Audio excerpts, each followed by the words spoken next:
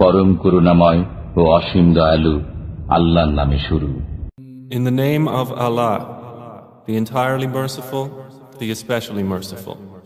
আহলে কিতাব ও মুশরিকদের মধ্যে যারা কাফির ছিল তারা প্রত্যাবর্তন করত না যতক্ষণ না তাদের কাছে সুস্পষ্ট প্রমাণ আসত।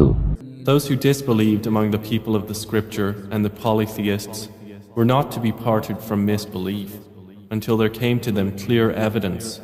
অর্থাৎ আল্লাহর একজন রাসূল যিনি আবৃত্তি করতেন পবিত্র সহিফা, A messenger from Allah reciting purified scriptures, فيها كتب قيمة যাতে আছে সঠিক বিষয়বস্তু।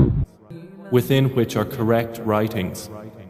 অপর কিতাব প্রাপ্তরা যে বিভ্রান্ত হয়েছে তা হয়েছে তাদের কাছে সুস্পষ্ট প্রমাণ আসার পরেই।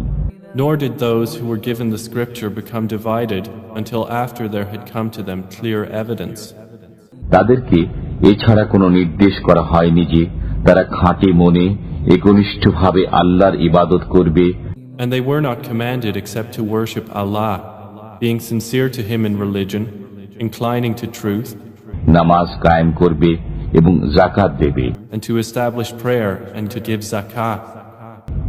এটাই সঠিক ধর্ম। And that is the correct religion. আহলে কিতাব ও মুশরিকদের মধ্যে যারা কাফির, Indeed, they who disbelieved among the people of the scripture and the polytheists তারা জাহান্নামের আগুনে স্থায়ীভাবে থাকবে। will be in the fire of hell, abiding eternally therein. তারাই সৃষ্টির অধম। Those are the worst of creatures. যারা ঈমান আনে ও সৎকর্ম করে তারাই সৃষ্টির সেরা। Indeed, they who have believed and done righteous deeds, those are the best of creatures.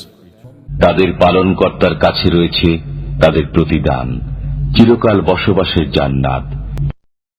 Their reward with Allah will be gardens of perpetual residence, যার তলদেশে নির্ঝরিণী প্রবাহিত, beneath which rivers flow, তারা সেখানে থাকবে অনন্তকাল। wherein they will abide forever. আল্লাহ তাদের প্রতি সন্তুষ্ট এবং তারা আল্লাহর প্রতি সন্তুষ্ট। Allah being pleased with them and they with Him. এটা তার জন্য যে তার পালনকর্তাকে ভয় করে। That is for whoever has feared his Lord.